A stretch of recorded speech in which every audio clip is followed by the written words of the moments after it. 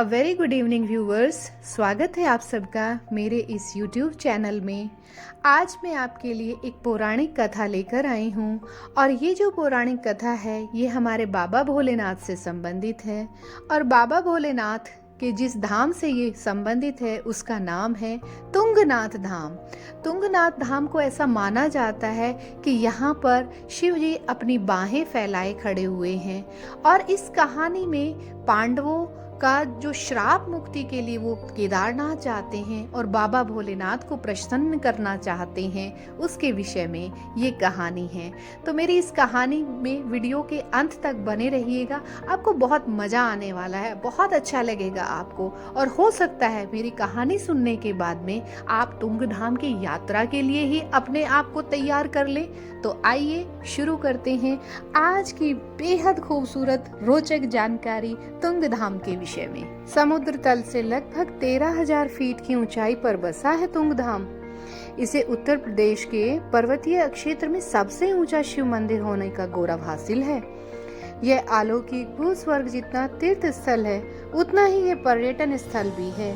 और देखने वाली बात यह है कि यह धाम जितनी अधिक ऊंचाई पर बसा है, यहाँ तक पहुँचना उतना ही सरल और कम समय लेता है। हर आयु के स्वास्थ्य के लोग यहाँ यात्रा कर सकते हैं। चमोली में ठीक बद्रीनाथ और केदारनाथ के मध्य गोपेश्वर उठीमठ मोटर मार्ग पर चोपता नामक चट्टी से पैदल 3 किलोमीटर चढ़ाई के बाद आता है तुंगधाम।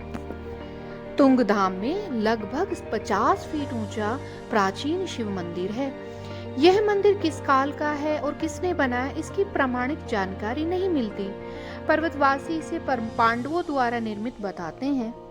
ऐसी भी मान्यता है कि आदि गुरु शंकराचार्य ने उत्तराखंड यात्रा के दौरान इस मंदिर को बनवाया। मंदिर के गर्भगृह में शंकराचार्य की भव्य मूर्ति है, तो पांडवों की भी प्रतिमाएं हैं। वेद व्यास और काल भैरव की 2 अष्टधातु मूर्तियों सहित गर्भगृह में दुर्लभ मूर्तियों की भरमार है। लगभग सभी प्रकार के जो प्रमुख देवी देवता हैं वो यहाँ आसीन है।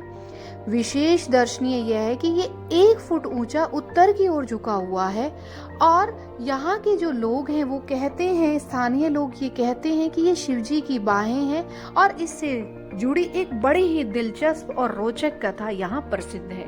तो वही कथा आज मैं आपको सुनाऊंगी, आप सुनकर भाव विभोर हो जाएंगे। तो मेरे साथ वीडियो और ऑडियो के अंत तक अवश्य बने रहिएगा और शिव जी की जो महिमा है, शिव की जो गुणगान है वो सुनते रहिए। एक बार की बात है, एक बार पांडव श्राप मुक्ति के लिए बाबा भोलेनाथ को प्रसन्न करने के लिए घूमते घूमते केदारनाथ पहुँचे। शिव जी तो क्रोधित थे, वे देना ही नहीं चाहते थे पांडवों को दर्शन।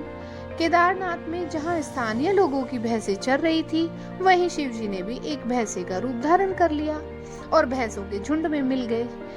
अचानक ही एक असाधारण और नए भैंस को टपका देख भीम को बड़ा ही आश्चर्य हुआ। उन्हें खटका हुआ, कहीं यह शिव जी की करामात तो नहीं है। भीम ने सोचा एक संकरी घाटी से सभी भैंसें गुजरेंगी ही, तो भीम इस तंग घाटी के दोनों ओर पांव जमाकर खड़े हो गए। कुछ देर में सभी भैंसें गुजर गई। भैंस बने शिवजी पीछे रह गए और भारी धर्म संकट में पड़ गए।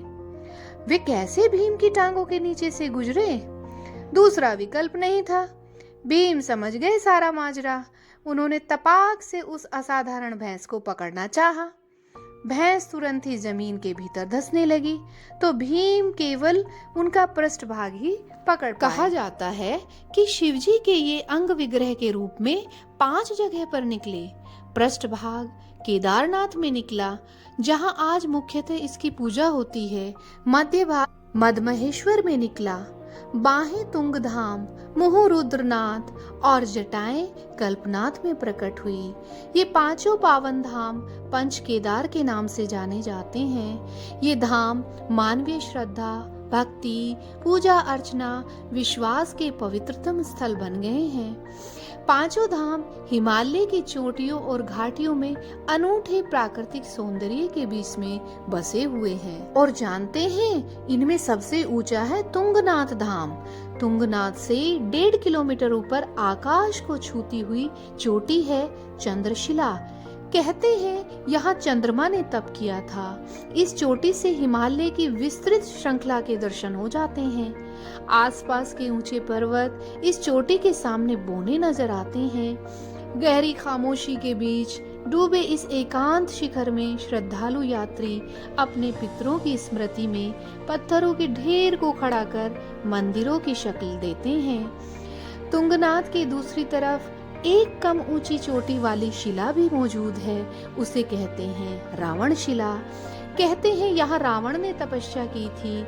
इस चोटी में थार यानी कि जंगली भैंसों का झुंड अक्सर विचरण करता हुआ दिखाई देता है। मखमली घास और मनोरम प्राकृतिक पुष्पों से सजे बुग्याल में बसा है तुंगनाथ। चट्टान चट्टान पर लदे आर्केड, निर्मल जलधाराओं की मौज और उच्च हिमालय क्षेत्र के पक्षियों का कलरव सब कुछ विस्मृत कर देता है।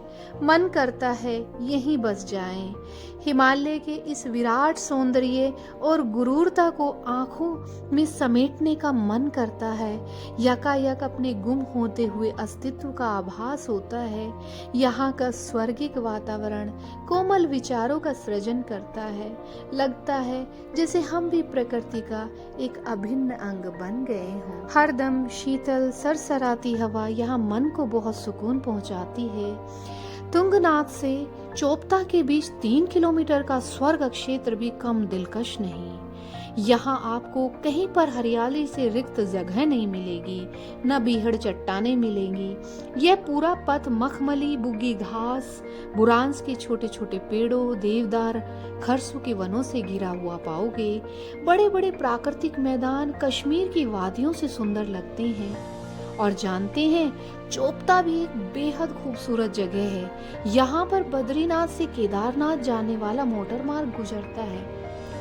और जो चोपता है उत्तर प्रदेश सरकार के उपक्रम के द्वारा यहाँ पर पर्यटन के लिए आवास गृह भी हैं। और वो इतने खूबसूरत हैं, इतने सुंदर हैं कि आपका मन मोह लेते हैं। तो आप आएं और वन्य जीवन का दर्शन आसानी से कर सकते हैं।